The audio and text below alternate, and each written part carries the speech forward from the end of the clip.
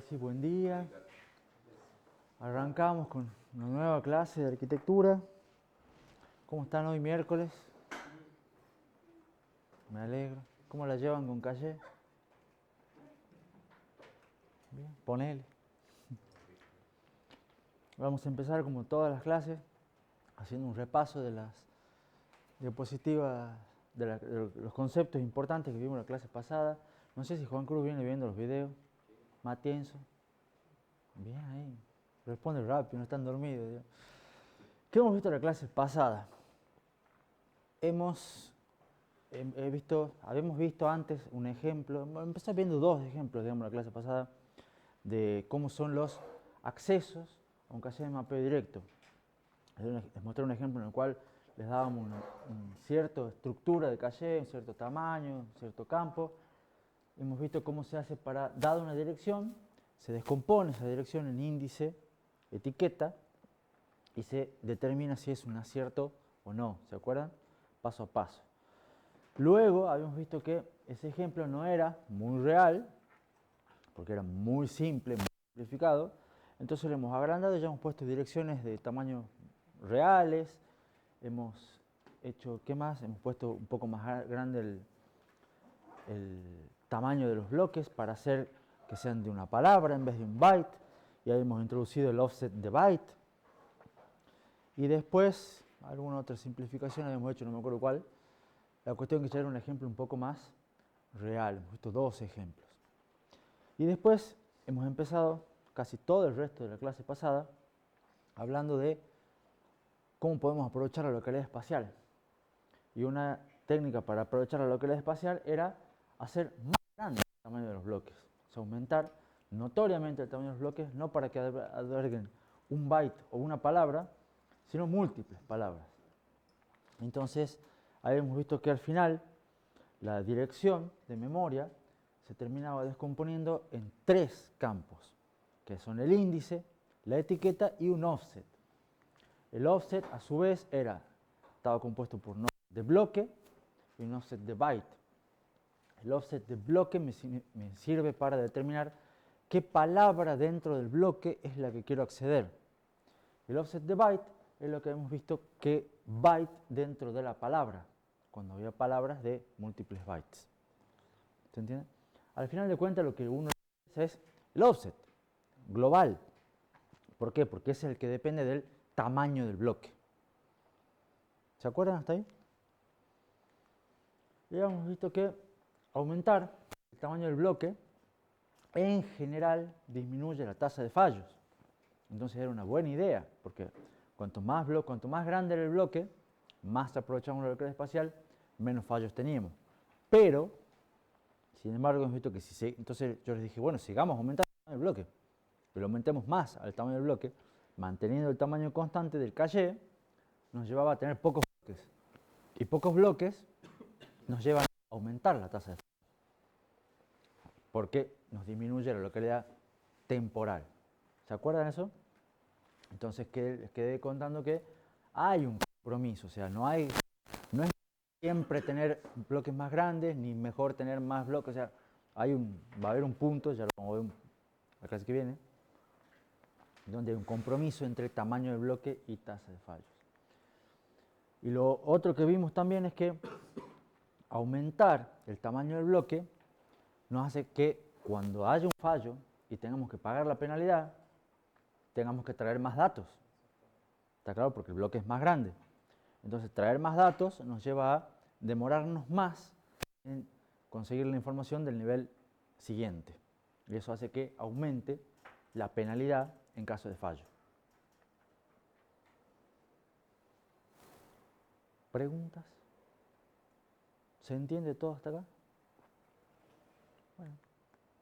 ¿Qué es lo que nos queda pendiente? Nos había quedado un problema pendiente que era de, ¿se acuerdan? En uno de estos ejemplos, en este primer ejemplo hemos visto que accedíamos al caché y tenemos una dirección, creo que era la 18, y después estaba la 26. Y la 18 y la 26 iban a parar al mismo bloque, ¿se acuerdan? Entonces, cuando teníamos, por ejemplo, primero la 18, no me acuerdo cuál venía primero, después venía la 26, iba a parar al mismo bloque, entonces, ¿qué hacíamos? Sacábamos la 18 para poner la 26. Pero si después venía la 18 de vuelta, por localidad temporal, ¿qué tenemos que hacer? Sacar la 26 y poner la 18. ¿Se acuerdan? Y si venía la 26 de vuelta, y bueno, iba a parar al mismo bloque, entonces iba a haber un problema y tenemos que sacar la 18 y poner la 26. Entonces eso es algo que hemos agrandado el tamaño del bloque, pero es probable que siga pasando. Y si no es con la 18 y la 26, con direcciones más grandes, pero el problema va a seguir ocurriendo.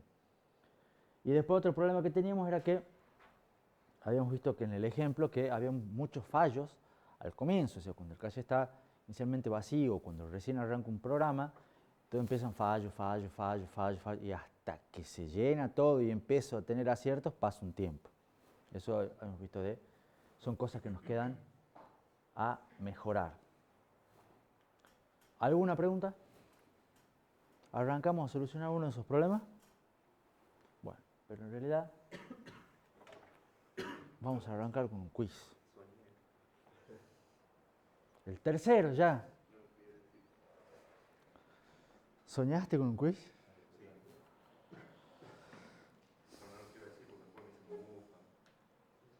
Puede pasar. Yo por las dudas les paso el link en Discord.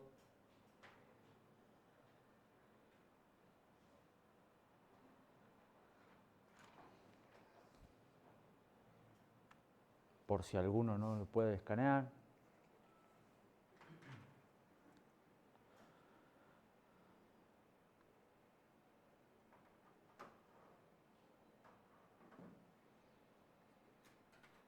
Son 3 preguntas que están ahí. Y 8, 14.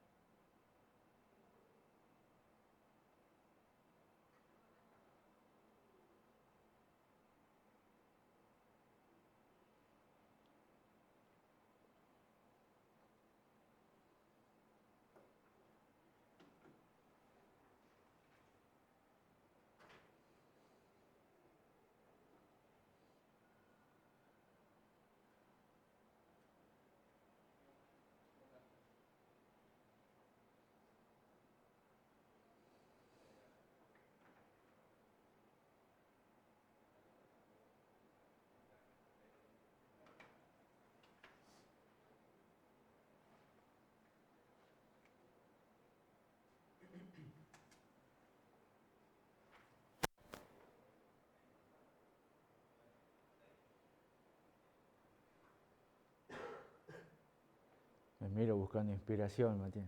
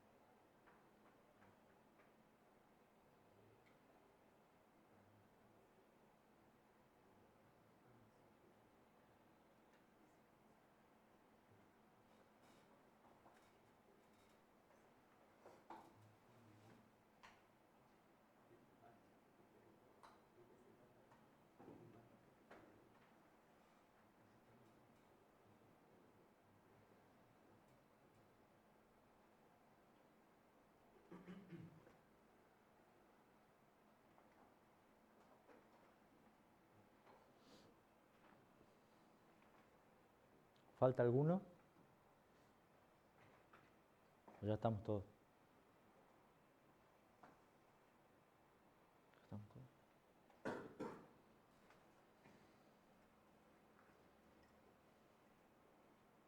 ¿Estamos todos los de acá?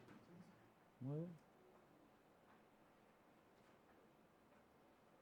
Cerramos acá. Vamos a ver después qué tal ese termómetro. Vamos a analizar un poco las soluciones. Este tenía un dibujito que en la diapositiva anterior no se lo ponía, me quedaba todo muy chiquito. Y dice, un procesador que hace mapeo directo de 8 bloques de 1 byte, cuyo contenido se muestra en la figura, o sea, ya tiene algo de datos, y se hace una lectura a la dirección de memoria 26. ¿Va a ser un acierto o un fallo? ¿Qué han puesto? ¿Todos han puesto fallo? ¿Por qué?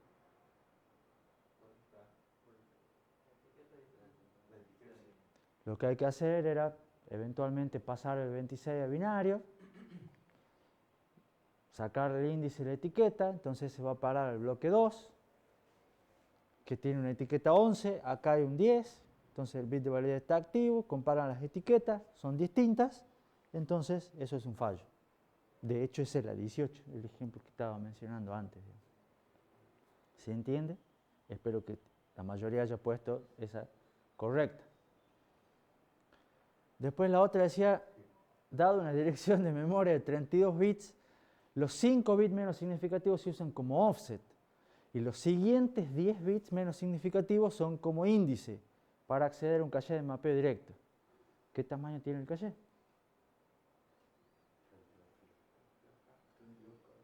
32 dicen por acá. Más al medio y el fondo. 32K dicen en el fondo. Al medio.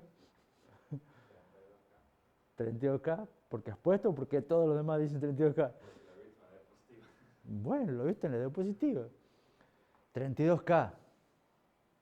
Había por lo menos dos maneras de hacerlo este cálculo. ¿Cómo lo han hecho? A ver, alguno de los que he puesto 32K. A ver, ¿qué has dicho? Sería el 2 a la 5 por 2 a la 10, que son 2 a la 5 el tamaño del bloque y 2 a la 10 la cantidad de bloques. Básicamente es decir, si 2 a la 10, o sea, tengo 10 bits de índice, significa que tengo 2 a la 10 bloques. Entonces tengo 1000 bloques. Si 5 es el offset en total, significa que el tamaño del bloque es de 2 a la 5, o sea, 32 bytes. Si tengo 1024 bloques de 32 bytes cada uno, en total el caché es de 32 kilobytes. Otra manera de hacerlo es directamente hacer lo mismo, pero básicamente decir, si habíamos visto en una de las diapositivas que el tamaño total está dado por el índice y el offset. Entonces el índice son 10, el offset son 15, hago 2 a la 15, 32K, que es lo mismo de la otra versión, pero con otra posible explicación. ¿Alguna duda con respecto a este? Entonces vamos con el último, que era el más turbio. Indique cuáles de estas afirmaciones son verdaderas cuando se aumenta el tamaño del bloque en un caché de mapeo directo. ¿Se aprovecha mejor la localidad espacial? Y sí, para eso lo hacemos. O sea, esa es la idea de aumentar el tamaño del bloque, aprovechar la localidad espacial. ¿Se aprovecha mejor la localidad temporal?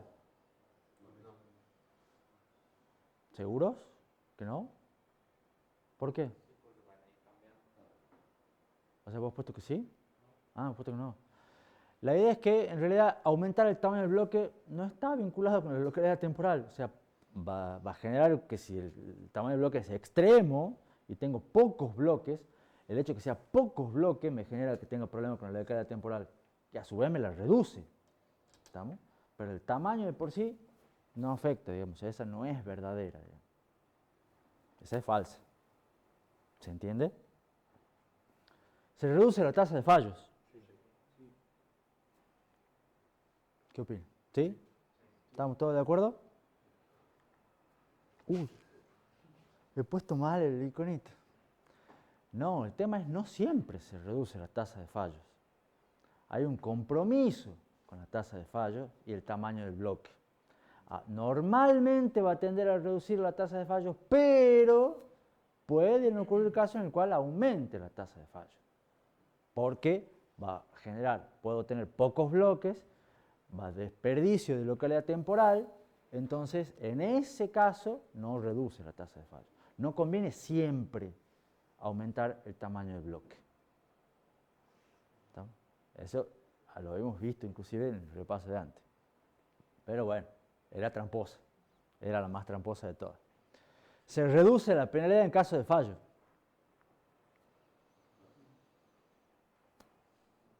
¿Sí o no? Aumenta, porque eso sí es una cuestión directa del tamaño del bloque. Cuanto más grande sea el bloque, seguro, siempre más grande la penalidad. ¿Estamos? Y aumenta el tiempo de acierto.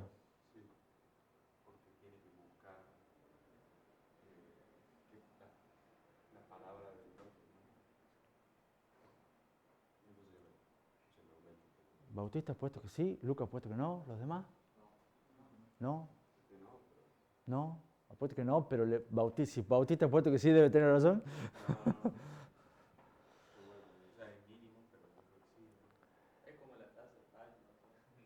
En realidad, no. La respuesta es no, no aumenta. ¿Por qué? Porque si vos aumentás el tamaño del bloque, lo que va a aumentar a lo sumo es el multiplexor que teníamos abajo para elegir qué palabra dentro del bloque. ¿Se acuerdan? Había un multiplexor, a lo sumo se va a hacer un poquito más grande. Si ese multiplexor se hace un poquito más grande, sí es verdad que puede aumentar pero ínfimamente el tiempo de acierto, pero la realidad es que no, o sea, te puedo dar el visto bueno que es muy ínfimo el aumento, pero el tiempo de acierto en general es el mismo. ¿Estamos? Porque seleccionar una palabra entre 4, una palabra entre 8, una palabra entre 16, es más o menos lo mismo. Sigue siendo un multiplexor. ¿Estamos? El tema es que, bueno, el multiplexor es un poco más grande, pero sigue siendo el retardo de elegir una entre varias. ¿Estamos? Entonces, normalmente esa es falsa. ¿Estamos? Pero sí es verdad lo que dice Bautista, que el multiplexor es más grande, es más lento, sí, tiene razón. Pero bueno, en general le he puesto falso. ¿Se entiende? ¿Alguna pregunta o alguna duda que haya quedado con respecto al quiz? Bueno, entonces ahora sí, vamos a tratar de ver uno de los problemas que nos quedaba, que es el que vamos a ver varios temitas y problemitas hoy, digamos. El primer inconveniente era de competencias. Habíamos visto que en el ejemplo la 18 y la 26 eran las dos, tenían el mismo resto cuando hacíamos la división en 8, entonces iban a parar al mismo lugar, al mismo bloque.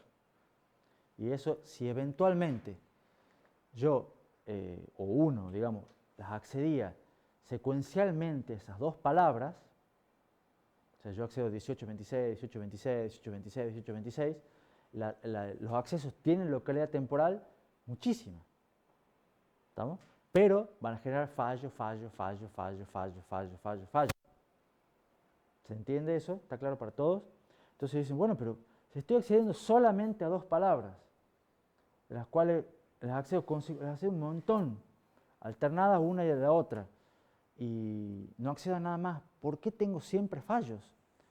Eso es por el problema ese problema se lo conoce como un efecto ping-pong, que es, se va peloteando de un lado para el otro, y a la larga están, una la saca la otra la saca la una, entonces están permanentemente sacándose y permanentemente generando fallos, cuando tranquilamente podría haber alguna manera de guardarlas a las dos. ¿Se entiende?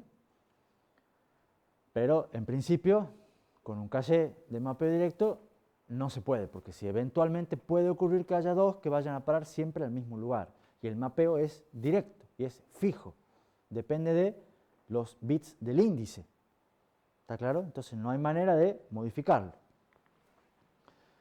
Ese tipo de fallos, o sea, esa característica, esas colisiones, esas competencias, donde hay varias direcciones de memoria que van a parar sí o sí al mismo lugar y me generan fallos, se conocen fallos por conflicto.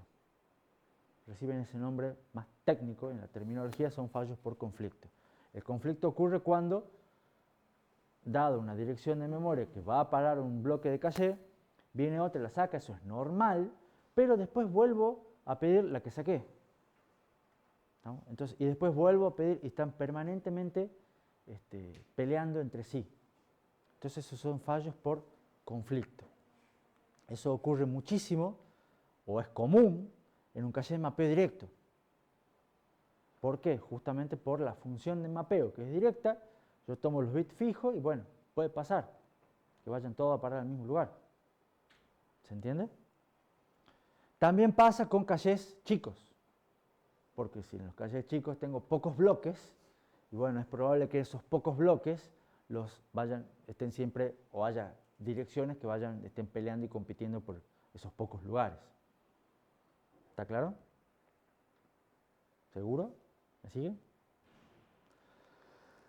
Ahora, ¿cómo lo solucionamos a eso? Hay dos alternativas. La primera es simple, digamos. O sea, si esto se da en caché de tamaño reducido, o eventualmente se da por las cuestiones del mapeo, por el índice. O sea, yo, dada la dirección, yo obtengo el índice, las direcciones van a parar al mismo lugar. ¿Cómo puedo hacer que dos direcciones no vayan a parar al mismo lugar? Cambiando el índice. ¿Estamos? ¿Cómo puedo cambiar el índice? Una solución fácil para cambiar el tamaño del índice. Aumento la cantidad de bloques. Entonces, aumentar el tamaño del caché, hacer más grande el caché, me lleva a que ya la función de mapeo sea diferente. Entonces, las dos direcciones que antes caían en el mismo lugar, quizás puedan seguir cayendo, quizás no. ¿Estamos? Ya no puedo asegurar que no caigan, porque va a depender del módulo, la cantidad de bloques. ¿Estamos? Pero seguramente yo, al cambiar el tamaño, cambio la función, ya por lo menos algunas no van a caer al mismo lugar. Entonces se supone que los conflictos van a ser menos. ¿Se entiende? La otra alternativa de solución es cambiar la organización. Decimos, bueno, el problema se da porque el mapeo es directo. ¿Estamos? Entonces, ¿qué es lo que hacemos? Hagamos otra organización de calle cuyo mapeo no sea directo. ¿Estamos? Esa otra organización de calle se conoce como un calle asociativo. Eso es, la característica es aumentar la asociatividad. ¿Me siguen hasta acá? ¿Qué es un caché asociativo puro?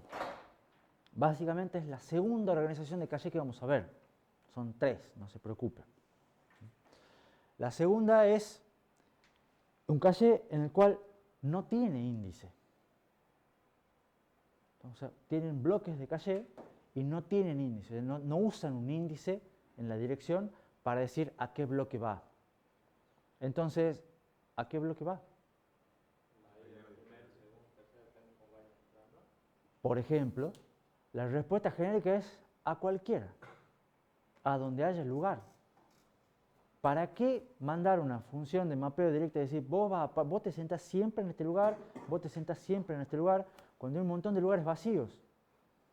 ¿Se entiende? Si resulta que viene alguien y se sienta en ese lugar, ya Fabricio no se puede sentar en el mismo lugar. Entonces, Fabricio, ¿qué va a hacer? ¿Se va a quedar afuera? Yo, no, sentate allá, hay lugar. ¿Se entiende? Entonces, la idea de la asociatividad va a parar a cualquier bloque. No tengo índice, no uso un índice para elegir el bloque. Entonces, ¿cómo hacemos para, si un dato va a parar a cualquier bloque de caché, cómo hacemos para saber si cuando voy a buscar un dato tengo un acierto o no? Bueno, lo comparábamos con, antes nosotros seleccionábamos un bloque y comparábamos la etiqueta. ¿Se acuerdan? ¿Qué vamos a tener que hacer ahora? Bueno, no puedo seleccionar un bloque, entonces ¿qué es lo que tenemos que hacer? Comparamos con todos. Sí o sí tengo que comparar con todos los bloques para ver si está en alguno. ¿Se entiende? Eso, ¿qué es lo que va a requerir? Que por cada bloque, antes yo tenía, con el índice seleccionábamos un bloque, ¿se acuerdan? En ese bloque poníamos un comparador y una compuerta AND. Para ver un comparador para comparar las etiquetas y una compuerta AND para ver si daban igual eso y el bit de validez. Ahora, ¿cuántos comparadores tengo que poner? Tengo que poner un comparador por bloque de caché, porque tengo que comparar con todas las etiquetas. ¿Se entiende? Lo cual va a hacer que este caché sea más caro, más costoso. Porque está bien, son comparadores relativamente chicos. Nótese que también si no tengo índice, ¿qué va a pasar con la etiqueta? En la descomposición de la dirección entre etiqueta, índice y offset, ahora no tienen índice. Entonces, pongamos que tengo bloques de, ¿cuánto eran? 32 bytes. La etiqueta va a ser más grande. Entonces, voy a tener los comparadores más grandes y además muchos más comparadores. Entonces, va a ser un caché más caro. ¿Ven? La dirección de memoria se descompone solamente en dos campos. Acá es etiqueta y offset, porque no tiene índice. Las etiquetas son más grandes, hay más bits para almacenar. Pero por definición, si va a cualquier lado y no tengo índice, los fallos por conflicto no existen. O sea, no implica que no va a tener fallos, pero conflictos no va a tener. Porque jamás voy a decir, vos no podés entrar, o sea, vos tenés que ir sí o sí a este lugar. Entonces yo tengo que sacar al que está en el lugar para darte lugar a vos. Si no es, sentate donde quieras. Lugar hay para todos, en principio. ¿Estamos? Pero conflictos no va a haber. Nadie se va a pelear por una silla. Entonces, normalmente este tipo de organización, asociativo puro, tiene menor tasa de fallos que un calle de mapeo directo del mismo tamaño. ¿Está claro? Y tener una menor tasa de fallo es bueno en principio, pero es más caro.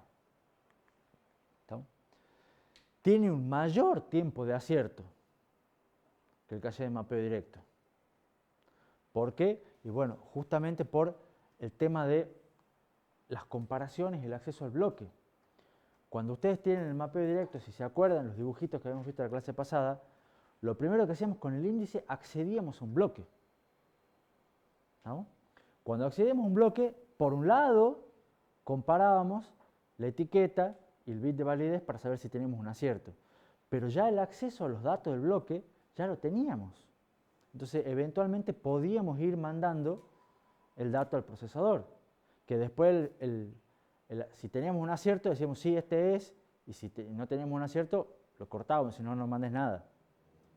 Pero ya lo teníamos, ya sabíamos qué dato era, como para ir poniéndolo en los comparadores, en los multiplexores, etc. ¿Me entienden? En cambio ahora hay que comparar con todos los bloques. Entonces, ¿puedo mandar alguno? No. Tengo que sí o sí esperar a saber si tengo un acierto para, una vez que tengo un acierto, decir, ah, es este bloque. Entonces, empiezo a mover el dato. ¿Se entiende? Entonces, el tiempo de acierto va a ser un poco más largo, más grande. No gran cosa, pero va a ser más grande.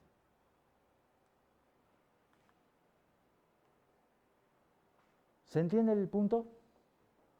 ¿Alguna pregunta con respecto al asociativo puro? Lo que sigue, si se entiende la idea de este asociativo puro, lo que sigue directamente es la tercera organización de caché, que es asociativo por conjuntos. ¿Qué es un caché asociativo por conjuntos? Es básicamente decir, hagamos una mezcla, porque el primer caché de mapeo directo tenía buen tiempo de acierto, este tiene más alto el tiempo de acierto, tenía mala tasa de fallo, esta tiene mejor tasa de fallos, porque tiene más conflictos. ¿Estamos? Entonces, ¿qué es mejor? ¿Mapeo directo o asociativo puro? Y bueno, depende. En algunos casos va a ser mejor este, en algunos casos va a ser mejor este otro. Y la pregunta es, ¿y por qué no tratamos de hacer uno que tenga una tasa de acierto no, o sea, menor que el asociativo puro, pero más parecida al mapeo directo, y una tasa de fallo más parecida al asociativo puro que al mapeo directo? O sea, hagamos una combinación de los dos. Tengo una pregunta del anterior. Sí, decime. ¿Qué pasa en caso de fallo ahí? Lo mismo que antes. Pero, tipo, ¿cuál reemplaza? Digamos, Ah, pará. Ya, aguanta un cachito. ¿Escucharon toda la pregunta de Bautista? En el ejemplo de mapeo directo, en el caso de un fallo me dice cuál reemplazaba. Si teníamos la 18 y la 26, iban a parar al mismo lugar, yo sacaba la que estaba ocupando ese lugar. Acá en principio uno dice, bueno, yo voy llenando el caché, todo lo demás, hay lugares vacíos, entonces viene alguien nuevo, sentate en cualquier lugar vacío, me da lo mismo. Pero la pregunta que yo, la observación que no les hice y que Bautista se dio cuenta es, cuando ya está todo lleno, o sea, ya no hay lugares disponibles, ¿estamos? Y llega uno nuevo, sí o sí tengo que sacar uno. La pregunta es, ¿cuál saco? Pero esa pregunta la vamos a responder en un ratito, no todavía. ¿Estamos? Antes de responder esa pregunta, vamos a tratar de buscar una manera de obtener las ventajas de los dos cachés que vimos, de las dos organizaciones.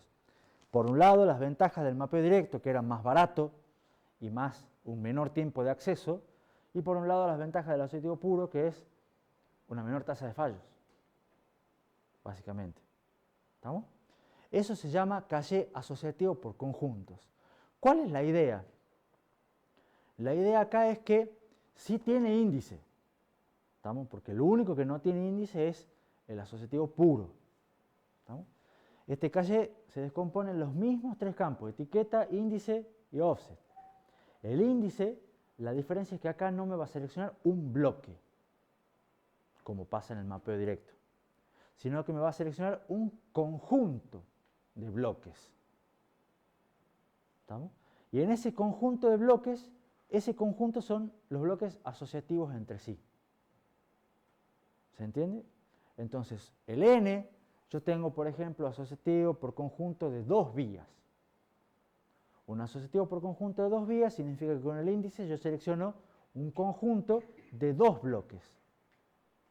Y entre esos dos bloques, ¿a dónde va a parar mi dato? A cualquiera de los dos. Pero va a parar a cualquiera de esos dos, no a cualquiera de todos los bloques. ¿Se entiende?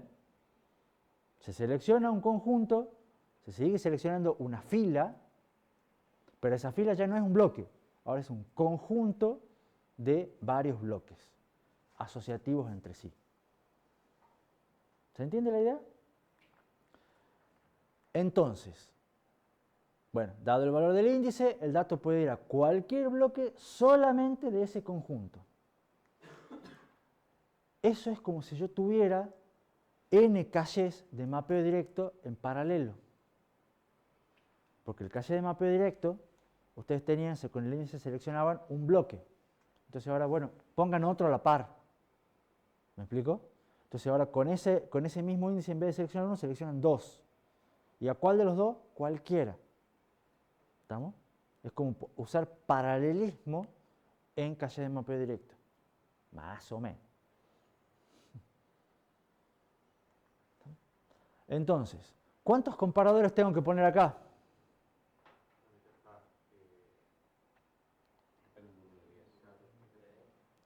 Depende.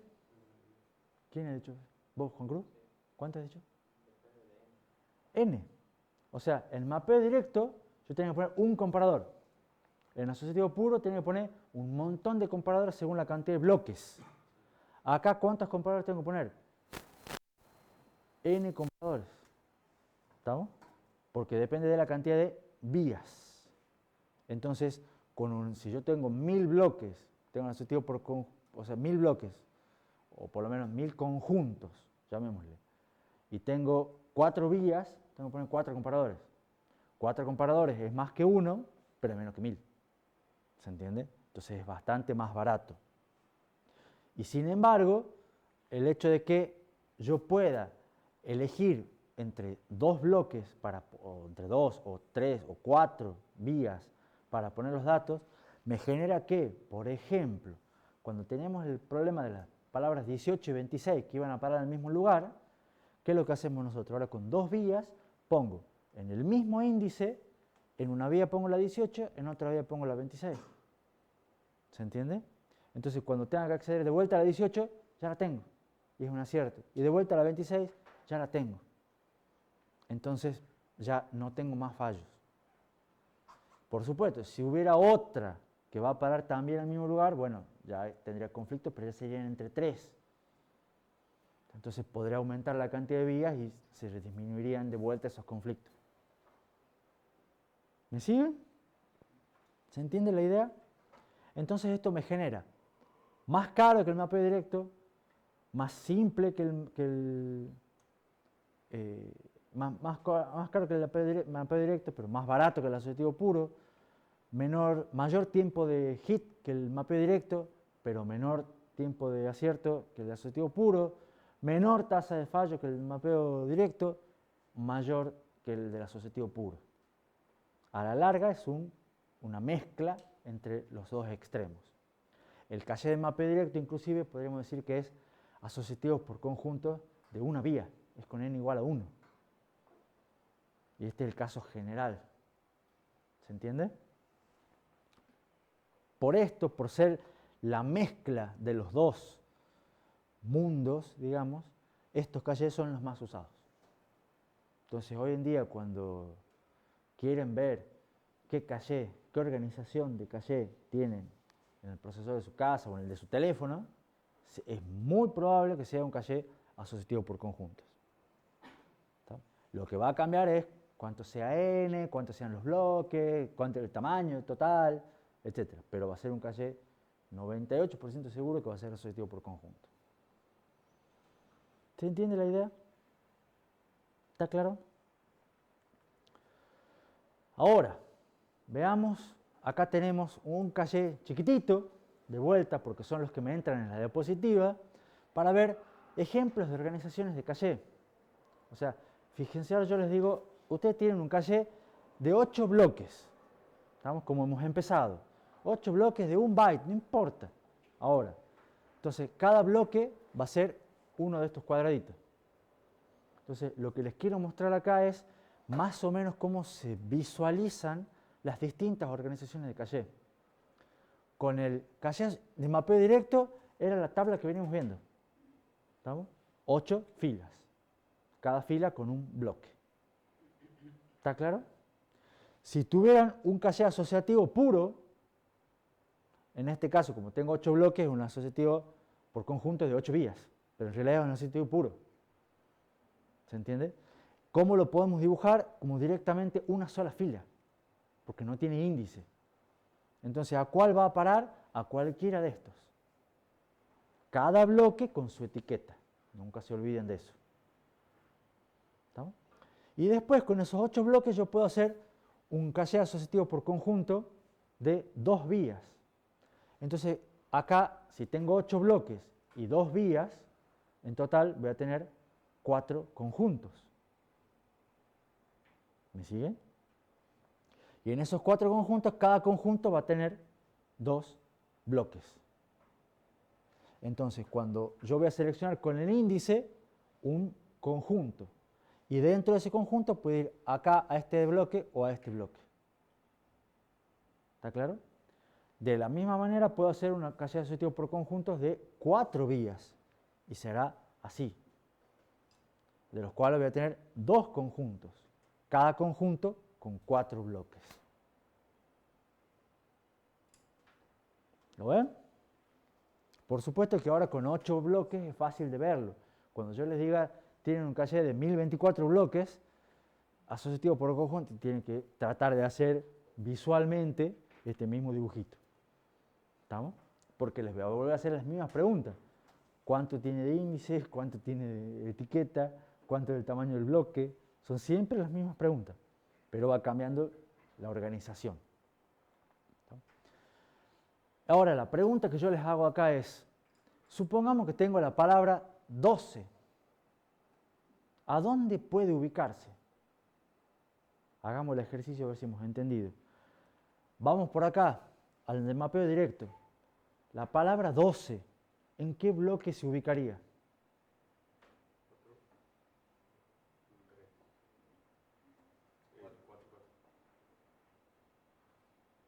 Lo del medio. Donde sea. Mapeo directo. Yo quiero acceder a la palabra 12. ¿A dónde va a parar? Bloque 4, dice Bautista. ¿Está convencido? ¿Qué opinan los demás? ¿Tienes razón, Bautista? Tienes razón. Bien, Bautista. ¿No? ¿Por qué? Porque es lo que veníamos haciendo. Hacemos el módulo de 12 dividido cantidad de bloques. El resto me da 4. O lo que es lo mismo, uno puede empezar, si quiere secuencialmente, pongo la palabra la 0, la 1, la 2, la 3, la 4, la 5, la 6, la 7, la 8, la 9, la 10, la 11, la 12. Va a parar acá. Y se acabó. Y no hay vuelta. Va a parar sí o sí al bloque 4. ¿Está claro eso para todos? Vamos acá. Yo accedo a la palabra 12. ¿A dónde puede ir? Al primero, dice, acá. ¿Alguien? A cualquiera. Supongamos que está todo vacío, a cualquiera. ¿Puede ser el primero? Sí, puede ser el primero. O sea, si me contestan el primero no está mal. ¿Estamos? ¿Pero puede ser este? Sí, también. ¿Puede ser este? También. este también, porque acá da lo mismo, puede ser cualquiera. Entonces vamos con este. ¿Qué me dice? ¿A dónde puede ir acá la palabra 12?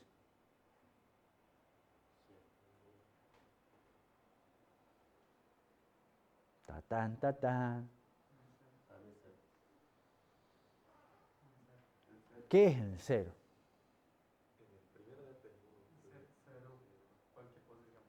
O sea, lo que dice Camilo y que está de acuerdo Lucas es cualquiera de los bloques que están en el conjunto 0. ¿Eso es lo que quieren decir? ¿Por las dudas? ¿Qué opinan los demás?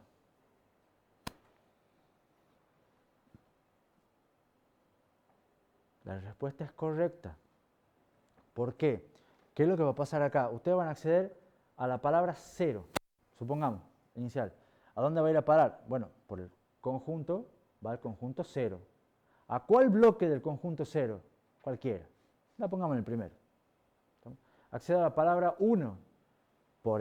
Si ustedes hacen el módulo cantidad de conjuntos, en este caso, va a ir a parar al conjunto de abajo. ¿A cuál bloque? A cualquiera. Entonces lo pongamos acá. Pero van a ir 0, 1, 2, 3, 4, 5, como vais separando pares e impares. Entonces, la palabra 12 va a ir a parar al conjunto par. ¿Estamos? Ahora, ¿a cuál de estos 4? Cualquiera de los 4. El que esté vacío, el que convenga. El primero, me da lo mismo. ¿Estamos? Pero sí o sí va a ir a cualquiera de estos 4 y nunca va a ir a cualquiera de los 4 de abajo. ¿Se entiende? Nos queda este. ¿A dónde va la palabra 12? A cualquiera de los del 0, por lo mismo. ¿Estamos? Entonces, de esta manera puede ir acá o acá, pero no va a ir nunca acá. No va a ir nunca acá.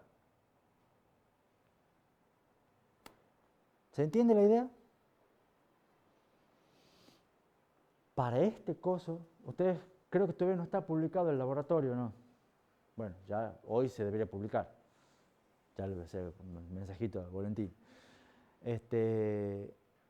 Para este tipo de cosas, el simulador que tenemos web creo que es una muy buena herramienta.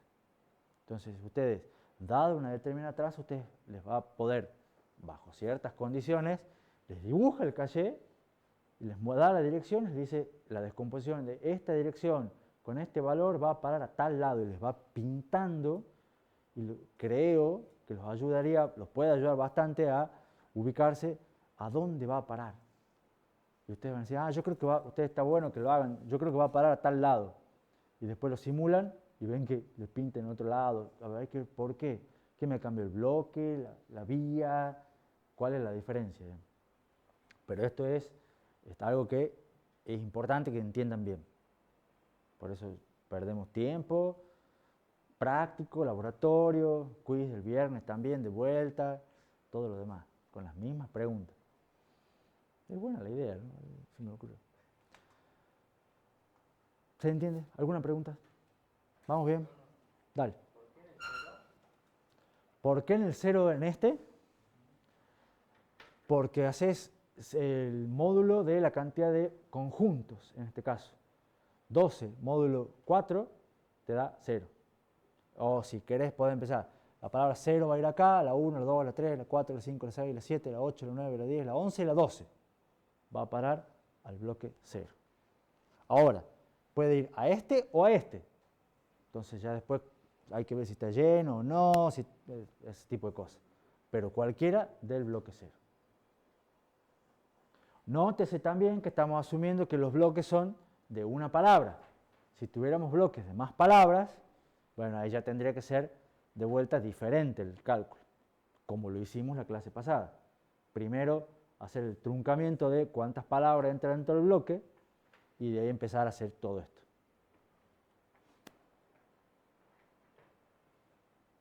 ¿Estamos? Eso sería como es el dibujito con la asociatividad, el conjunto de 4 vías.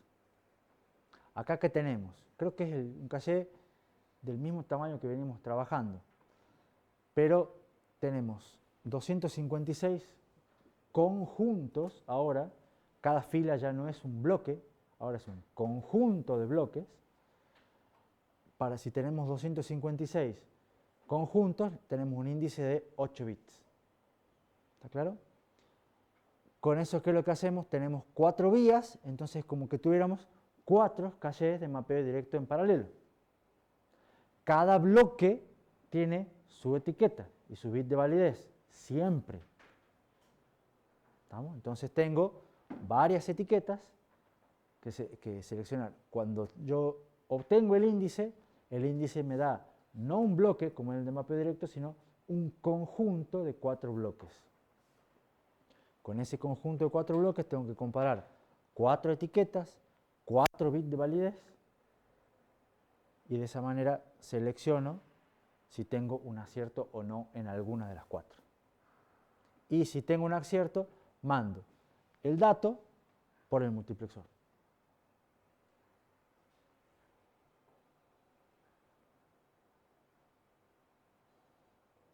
Básicamente es parecido a todo lo que veníamos viendo, pero poner varios de estos en paralelos, porque ahora el índice ya no me selecciona un bloque, sino un conjunto de 4 bloques en este caso.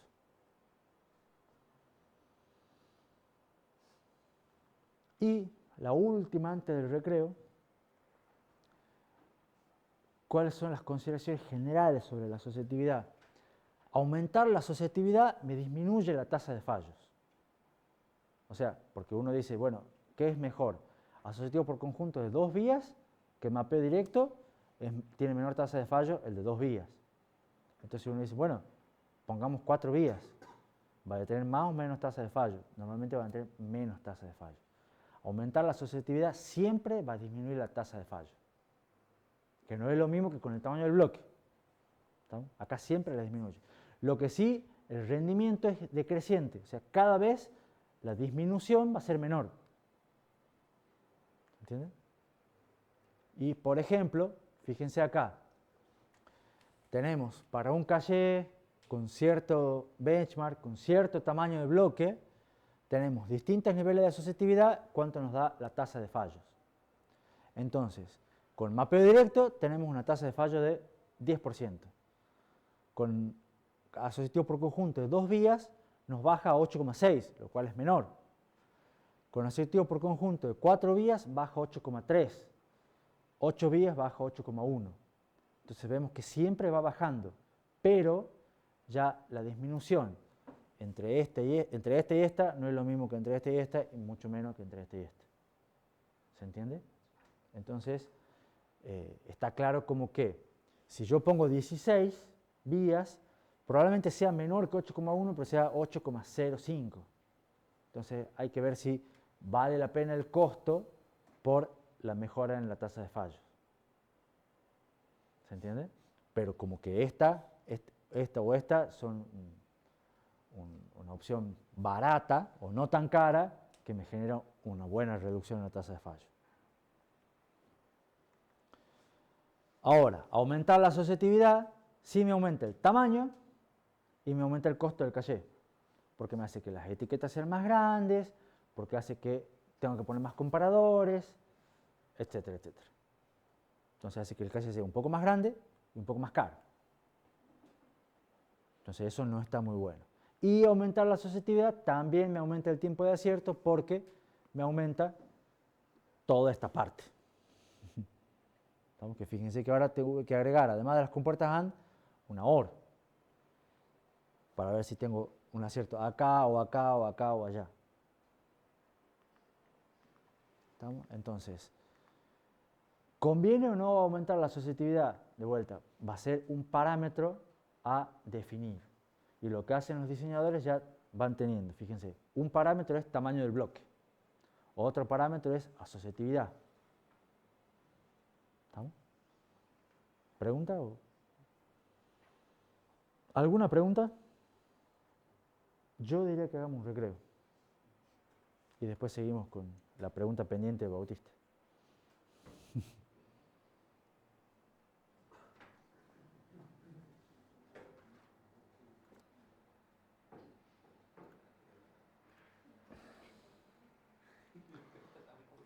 Entonces, ya hemos visto lo que es asociatividad, lo que es un caché asociativo puro, lo que es un caché asociativo por conjuntos, que es el más común, el más usado, y ya hemos visto características de hasta qué punto conviene o no aumentar la asociatividad.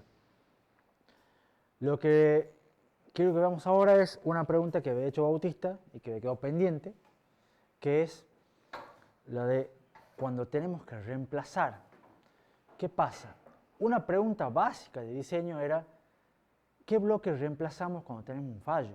O sea, cuando hay un fallo y hay que traer un bloque nuevo de datos al caché y el caché ya está ocupado o el lugar a donde está donde va a parar ese bloque ya está ocupado, ¿qué hacíamos? En el caché mapeo directo sacábamos el viejo, ¿está claro? Y poníamos el bloque correspondiente. El tema es que ahora, cuando tenemos un caché asociativo, ¿cuál sacamos? Porque puede ir a cualquiera. Entonces, ¿cuál podemos sacar? Cualquiera, básicamente, o cualquiera de un conjunto. ¿Estamos? El tema es cómo realmente hacemos para seleccionar ese cualquiera. Y lo que es importante es que se vuelve necesario definir lo que se conoce como una política de reemplazo de bloques. ¿Estamos? Esto es otro, llamémosle, parámetro y otro criterio de decisión. ¿Estamos? ¿Por qué? Que se usa solamente en cachés con asociatividad. ¿Estamos? Ya sea toda la asociatividad o por conjunto, no importa. Pero cuando hay asociatividad y se puede seleccionar alguno de entre varios, la pregunta es ¿cuál de los varios? ¿Estamos? La política más simple para seleccionar es decir, bueno, realmente saco cualquiera. Hago un random, me da un número cualquiera y saco ese bloque. Chao. ¿Estamos? ¿Qué opinas? ¿Será buena o mala? No, depende. Bien, me gusta la respuesta. ¿Por qué depende? Porque si saco el que no se ha usado, el menos usado, cosas así, sirve más que el Por eso, a veces puede ser útil, a veces no, no sabemos, entonces va a depender. Bien, Matías. mejor que antes, digamos. ¿Cómo? Mejor que antes. Porque cuando le acierte, o sea, cuando saque, a veces va a sacar. Claro, a veces va a sacar algo bueno, el que corresponda, otras veces va a sacar, uy, bueno, qué lástima, pero bueno. Igual depende de la próxima. Por supuesto, depende siempre de la traza. ¿Cuál sería lo ideal? Sacar aquel bloque que yo sé que no se va a usar. O sea que después no lo voy a volver a llamar, porque ya se le pasó su periodo de localidad, entonces ya ya no lo necesito más, entonces lo saco a ese.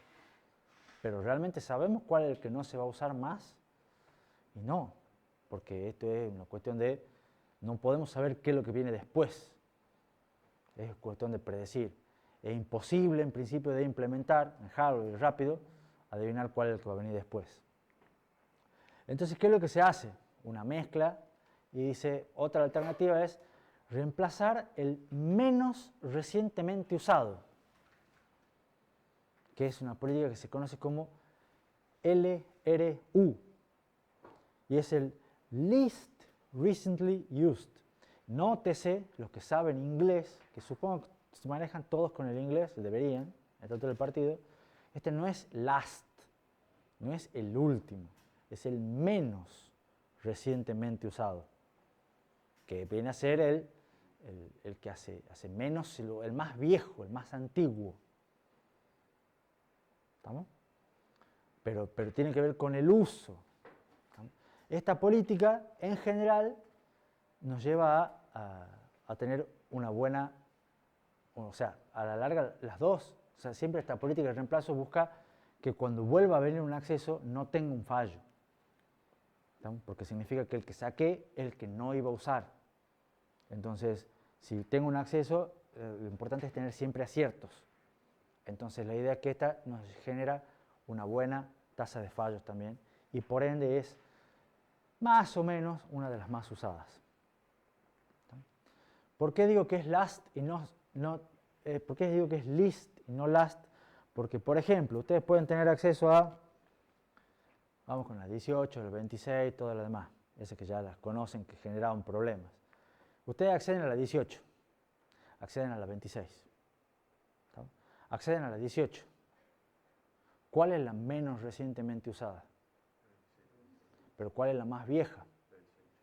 Entonces, la 18 fue la primera que entró, fue la primera que ustedes guardaron, pero después la llamaron al último. Entonces, si tienen que sacar uno en ese momento, porque viene la 34, ¿cuál van a sacar? Van a sacar la 26. ¿Se entiende? Porque es la que hace menos tiempo, o sea, la 18 es la menos recientemente usada. O sea, no, sería la más recientemente usada, la 26 la menos recientemente usada. ¿Se entendió la idea? Entonces, no es que sea la más antigua, la más vieja, sino porque como es dinámico esto y las direcciones van cambiando y los usos van cambiando, siempre cuando se accede a uno se le pone a ese un contador en 0 y a los demás se les incrementa todos en 1, a los demás bloques del mismo conjunto. Entonces el que tiene el conjunto más alto, el número de bit más alto, es el candidato a salir. ¿Está claro? Nótese que para esto también hace falta mantener ciertos bits por bloque. Cada bloque va a necesitar, además de su bit, además de su etiqueta y su bit de validez, va a necesitar algunos bits para la política de reemplazo. Y se agranda un poquito más. Entonces, algunas consideraciones. Cuando aumentamos la asociatividad, el LRU se vuelve más complejo, porque no es lo mismo manejar para 2 vías que para 4 vías o para 16 vías. Se requieren más bits. Cuando es acá, bueno, esto ya ha quedado sí un poco desactualizada porque es la más usada en general en asociativo por conjunto de 2, 4 y de 8 vías también. Random es más simple, es más fácil de hacer, es independiente de la asociatividad. Esto se va complicando, este no, el random le da igual. Entonces, en general, fíjense que un aleatorio, por supuesto todo esto se mide, siempre es importante medir, genera una tasa de fallos que es mayor que el LRU, pero no tan mayor. Entonces es más grande, lo cual no queremos, pero tampoco es la muerte de nadie que sea random, que sea el LRU. Si el LRU resulta que se me hace costoso, me quedo con un random. Inclusive cuando aumentamos la asociatividad, la diferencia entre el random y el LRU se va achicando. O sea que en general, para cachés muy asociativos, da casi lo mismo en un LRU y un random. Porque ya se supone que por las localidades, temporales y todo, los accesos ya se aprovechan lo suficientemente bien. Ahora, cuando aumentamos el tamaño del caché, la tasa de fallos sí disminuye para ambos tipos de políticas y disminuye también la diferencia relativa entre ambos. O sea que es más valioso aumentar el tamaño del caché que la asociatividad.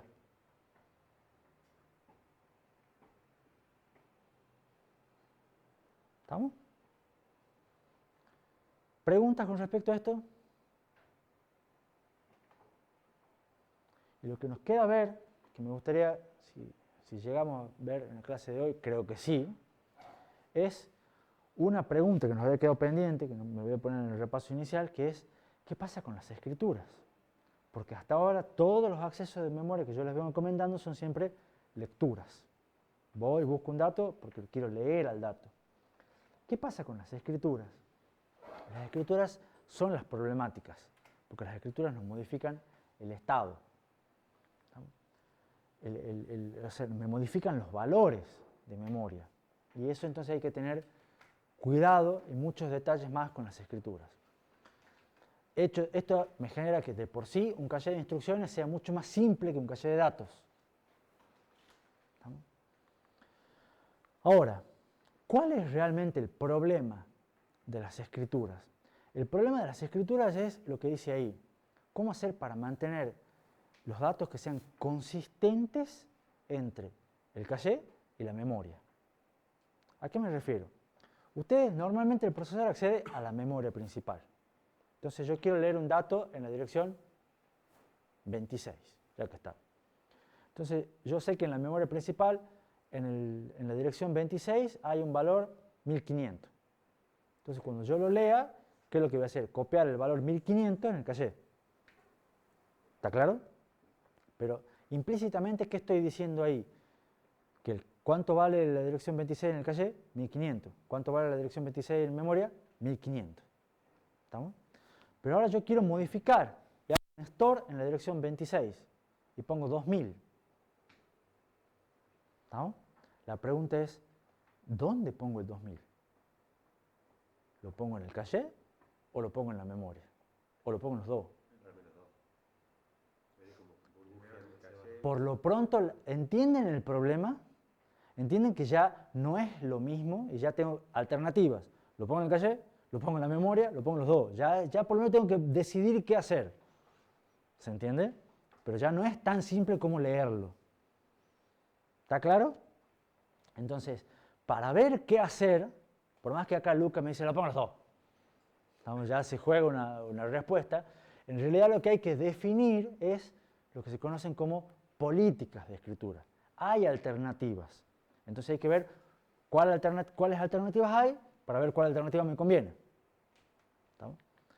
Entonces, hay dos alternativas comunes. Las dos alternativas comunes se conocen con los nombres en inglés, se conocen con el write through, escritura a través. ¿Qué es una escritura a través? Es escribo en el caché y en memoria. Como que lo atravieso, o sea, escribo en memoria y el caché lo atravieso en el medio y se escribe también. Y quedan los dos con el mismo valor. O si no, una política de escritura que se conoce como write back. ¿Qué es write back? Escritura diferida. Es cuando voy a escribir, escribo solamente en el caché.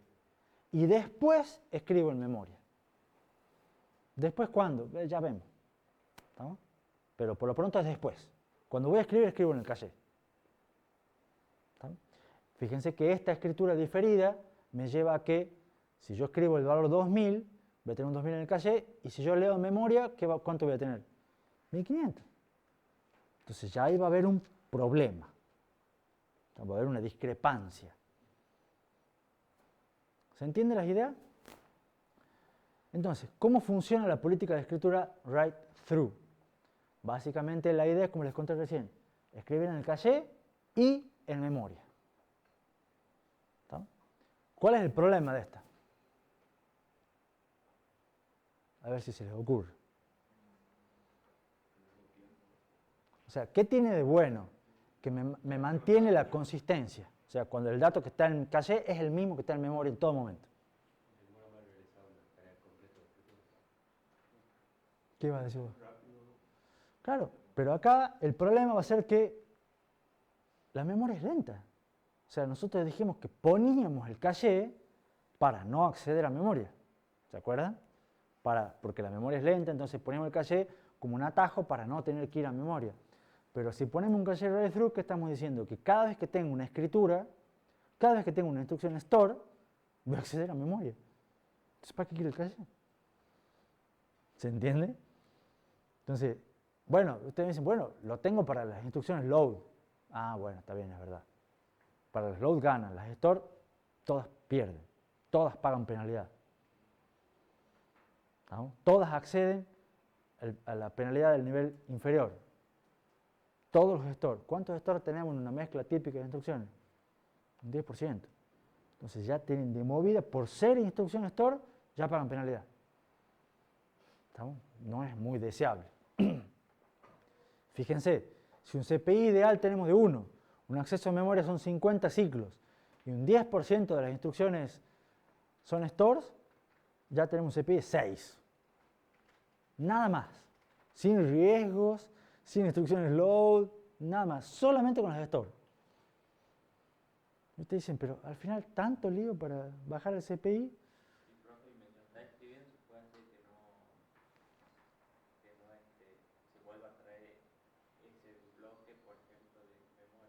Podés hacer varias cosas. Podés intentar hacer varias cosas. Ya las vamos a ver la clase que viene, el viernes. Pero por lo menos ahora quiero que se queden con la idea de write through.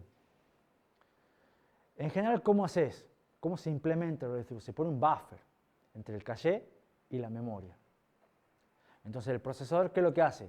escribe, como esto es muy lento, pones, escribe los datos en el caché y escribe los datos en el buffer. Y le dice, buffer, por favor, yo escribo en el caché y sigo trabajando, que es lo que a mí me importa. Cuando vos puedes, la memoria esté desocupada, encárgate de escribir el dato ese en memoria. Yo no quiero perder tiempo con estas tonteras. Se pone una secretaria, rubia, no me acuerdo qué otras características tenía, para usar que escriba los datos en memoria. ¿No?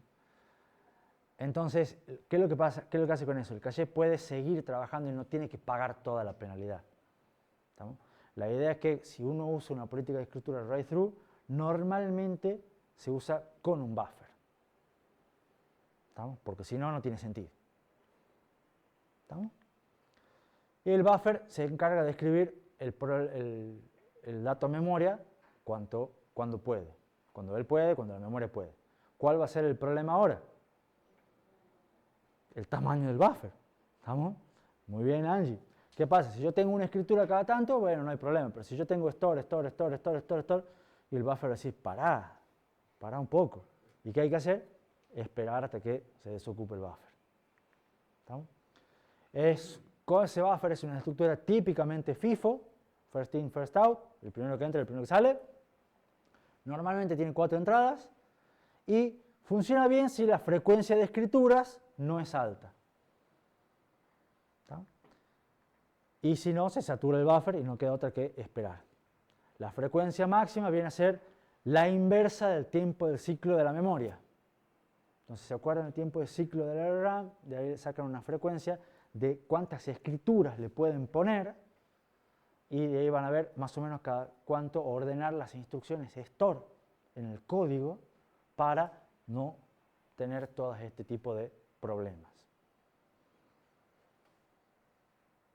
¿Se entiende la idea? Bueno, si se supera la frecuencia, el buffer se satura y hay que esperar, no queda otra. La otra alternativa es write back, que es decir, no nos compliquemos con el buffer, con frecuencia, listo, escribamos en el caché. Entonces la idea es en el caché. Sin embargo, me lleva a que, lo que les conté recién, ahora el dato que está en el caché ya no es el mismo que está en memoria.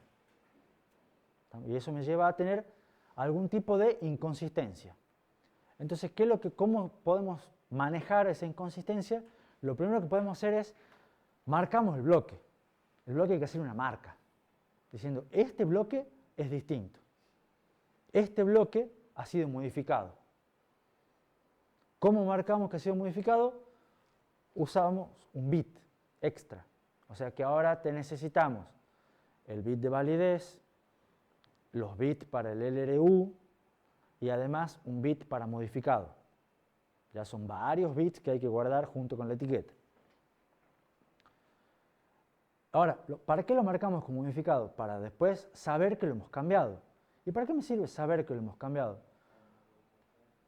No solamente para no volver a traer o hacer algo, pero el tema es, ¿cuándo lo vamos a copiar a memoria? Lo vamos a copiar a memoria cuando lo saquemos del caché. Cuando por algún motivo ese bloque tenga que salir del caché, dice, pará, momento, este bloque es un bloque que ha sido modificado, entonces es un bloque que es distinto de lo que está en memoria. Entonces en ese momento lo que se hace es, lo copiamos a memoria y recién traemos el bloque nuevo. Entonces, cuando tenemos un fallo y hay que reemplazar un bloque, y ese bloque ha sido modificado, la penalidad que se paga es doble. ¿Estamos? Pero la idea es que sean pocas veces. Es penalidad doble, ¿por qué? Porque primero tengo que escribir en memoria el bloque modificado y recién traer el bloque que quiero traer. ¿Estamos? Se supone que en toda la ejecución de un programa, escribir en el caché solamente al principio y pagar penalidad doble algunas veces, termina siendo, en total de la cantidad de escrituras y en total de la ejecución de un programa, mucho más conveniente.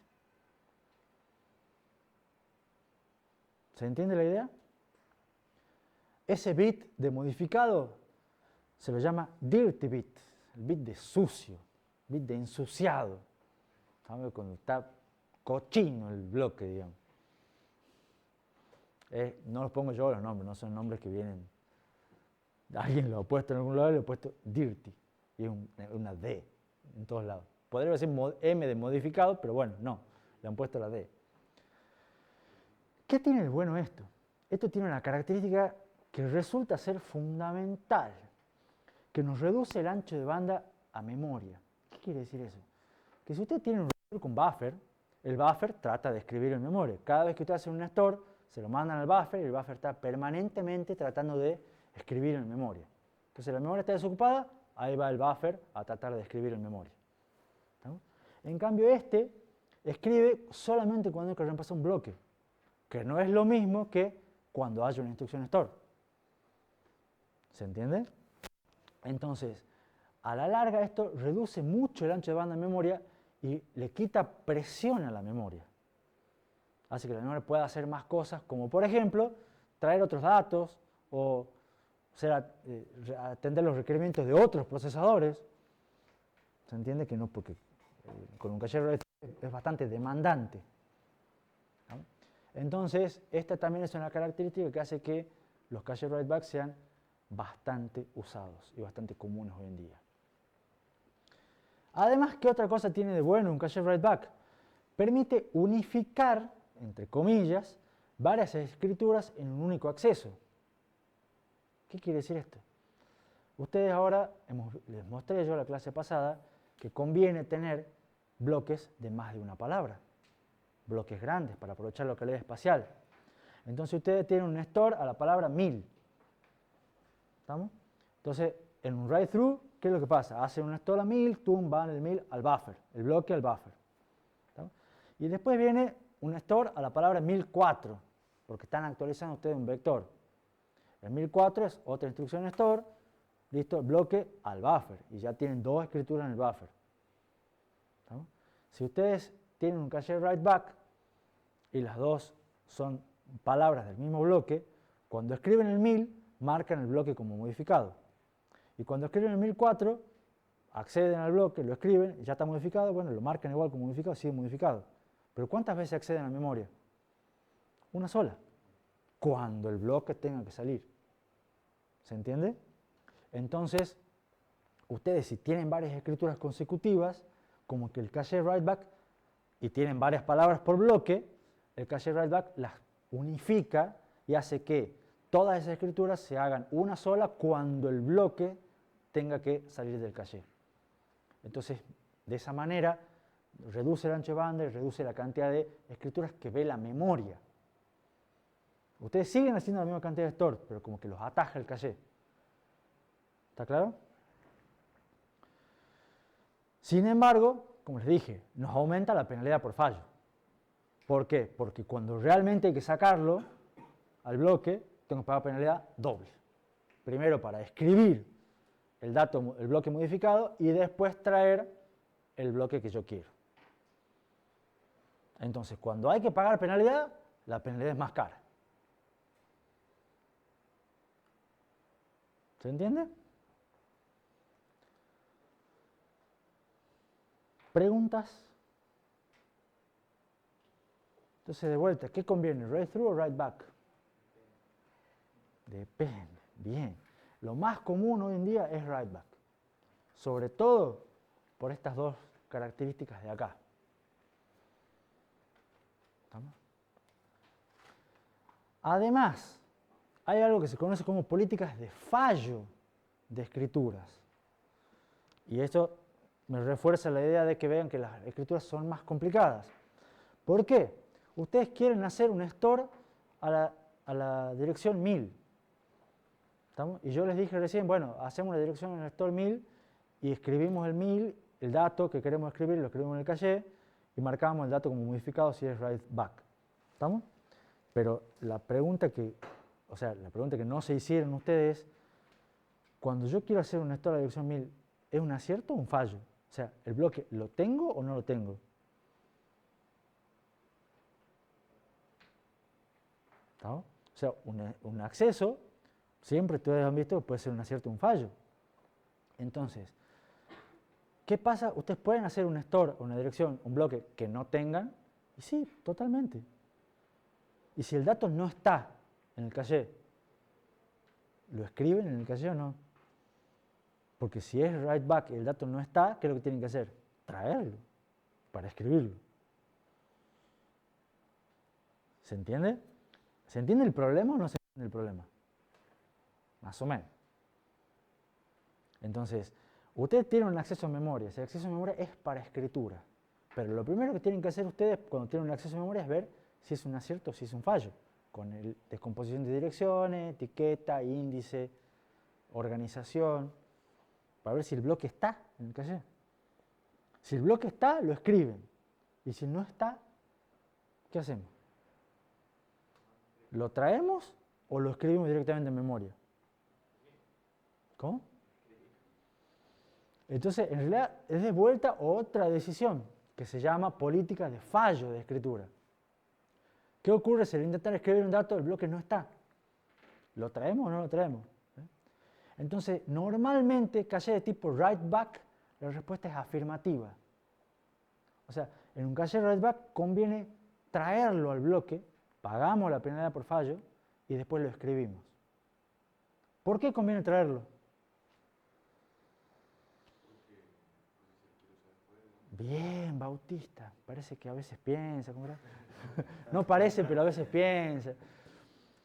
Bien, Bautista, porque por la localidad temporal me dice que si yo estoy accediendo a un dato, es probable que en un tiempo intervalo cercano de tiempo lo vuelva a acceder al mismo.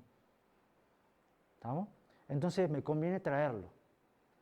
Sin embargo, esa política se denomina write allocate, que es cuando voy a tener una escritura, traigo el bloque en caso de fallo.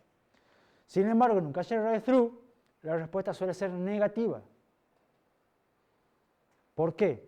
Porque justamente implica dos accesos a memoria, o sea, voy a traer el bloque para escribirlo y mandarlo de vuelta a memoria.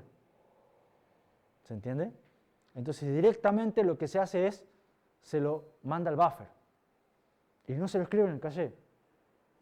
Y ahí Bautista debe decir, bueno, pero ¿y si lo necesito? Lo traigo, si lo necesito lo traigo. Pago la penalidad cuando tengo el segundo fallo, no en el primero. ¿Se entiende? Entonces, normalmente con write through no se lo trae y eso se llama política not allocate. De todas maneras, yo les dije que los más comunes hoy en día son write backs, entonces lo más común es allocate, traer el dato, el bloque, en caso de fallo de escritura.